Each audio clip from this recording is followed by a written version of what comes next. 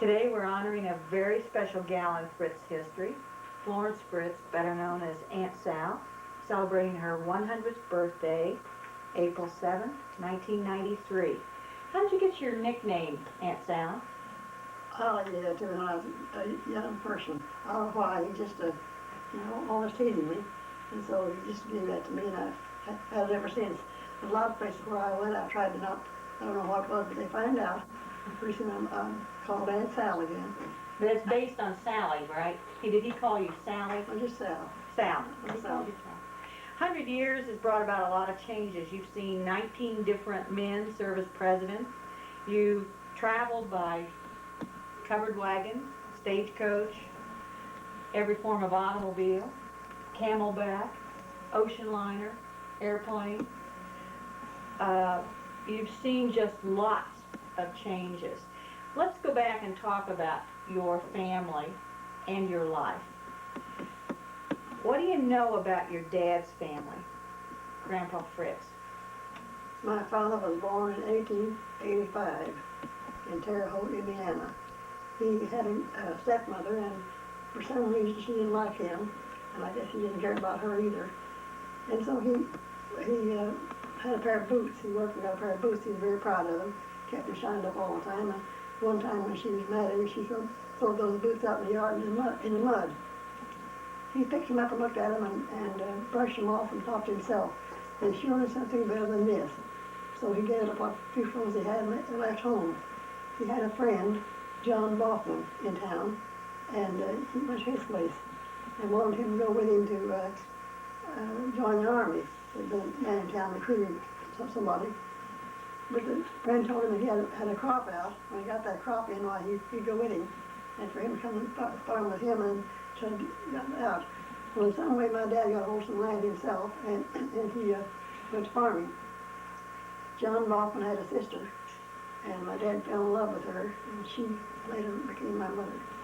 Then, even he farmed for several years. Well, he had 7 children. The oldest girl didn't live very long. When he had 6 children, why he and his mother's folks decided to go to Nebraska on a claim. The government was putting out claims for people who would go there and live for 5 years to settle the West. Well, my dad said you couldn't live on that place. The grasshoppers, the dry weather, and the condition of the soil, and no machinery, he couldn't farm it. So when I was born, he decided to leave there. He worked there for several years. He was quite a guy for habits. He had Santa Claus and kids every year and had an oyster supper on Christmas Eve. Well, one Christmas Eve morning, he got up and he was very blue. He didn't have a dime, and he couldn't go get anything for Christmas. So he looked out and he saw a pile of hay.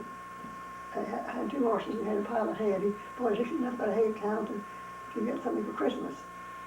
Well, he went out and loaded up some of it and started town, and one of the horses stepped in the prairie dog hole and got scared and started to run off, and the other horse ran and turned the wagon over and scattered the hay all over the place, and a lizard would come up. It was snow and wind and just getting bad. So he tied the team fast he set the wagon up and tied the teeth into the wagon wheel and gathered up what hay he could find, went on to town and got some of the kids. My mother said she was scared to death. They were alone with all those kids in the storm like it was. But he got home all right, and he had his Christmas and oyster stew. So you've had oyster stew for Christmas. The whole family does that. I think it's a habit all over too. A lot of people do that. I know. I never did like oyster stew. So Grandma Lucinda Baughman, are you saying? Yes. Baughman. And William Perry. Fritz. She was 7 years younger than he. He was born in 1885.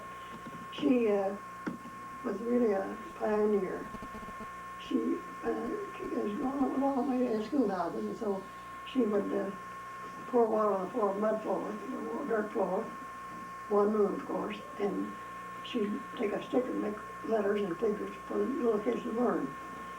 And she said that while she was there, the Indians used to go up through there to different camps. And one time they went through there and one Indian got hurt, so they put up a little shack down away from the house always. And every morning he'd crawl out there and they hung some meat up on a pole out there. And she told me there wasn't any flies in those days. I guess they couldn't start it. They couldn't live there. So he crawled out there to off sleep.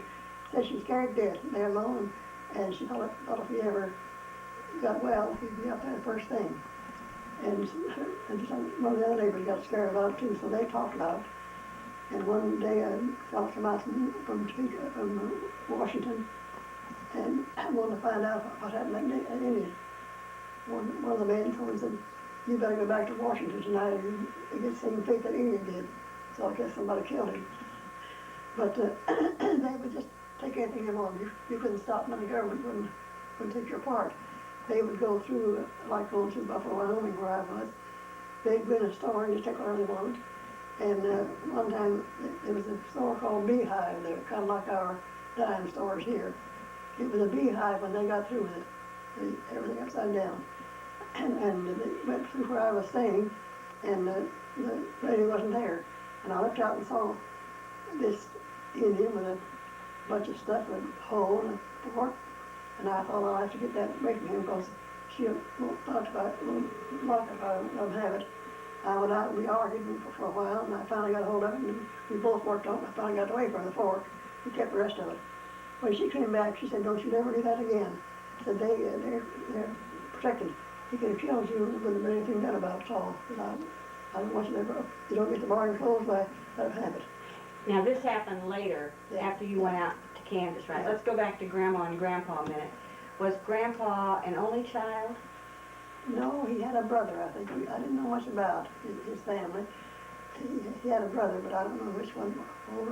Older, I suppose, of course. He's only 14 or 15 years at home. But I don't know.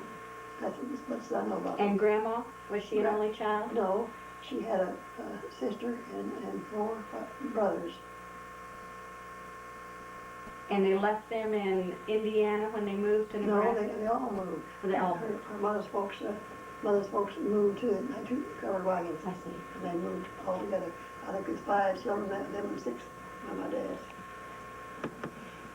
Now, Sal, I want to go back and just clarify that William Perry, Fritz, your dad, was born in 1855. And he died in 1935 at the age of 79 years, 11 months. And Lucinda Ballman Fritz, your mother, was born in 1862 and passed away in 1951 at the age of 88. And this is Grandma and Grandpa Fritz.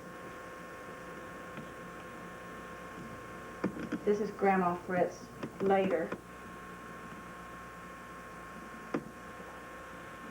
This is Grandma Fritz and Aunt Sal. Someone else, we think it's Edna.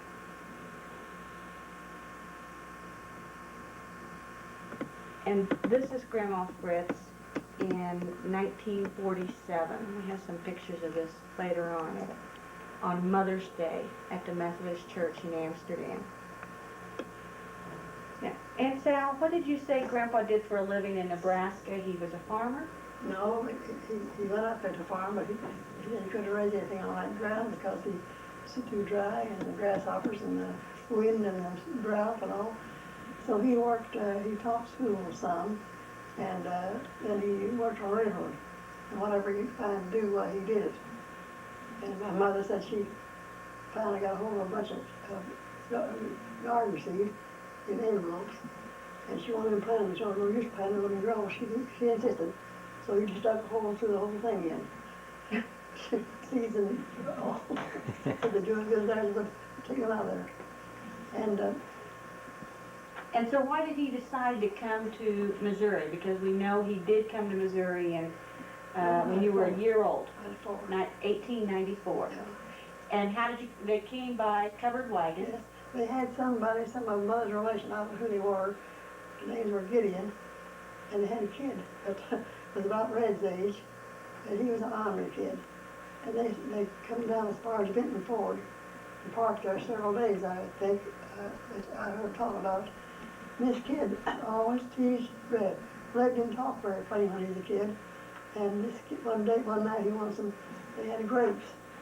And he said, Red said, pass the grapes. This kid raised up and says, dapes. I never saw any dapes. And so Red called him. He thought that. That's about as much as I know about that. Did you hear Grandma talk about that covered wagon trip down here? I mean, later on, did they? Well, She had 7 children. And 8 or 6 years old. Right, you were a year old. Well, she cooked the side of the road, and just imagine her cooking food for nine of us, side of the road. And taking care of all those kids, I can't hardly imagine that. The more I think about it, the less I can It's hard. comprehend it. It is in this day and age because we Sure not. don't like to be inconvenienced. It wasn't very long there. He located someplace down there. John will tell you on his cake where they located. Where they finally located.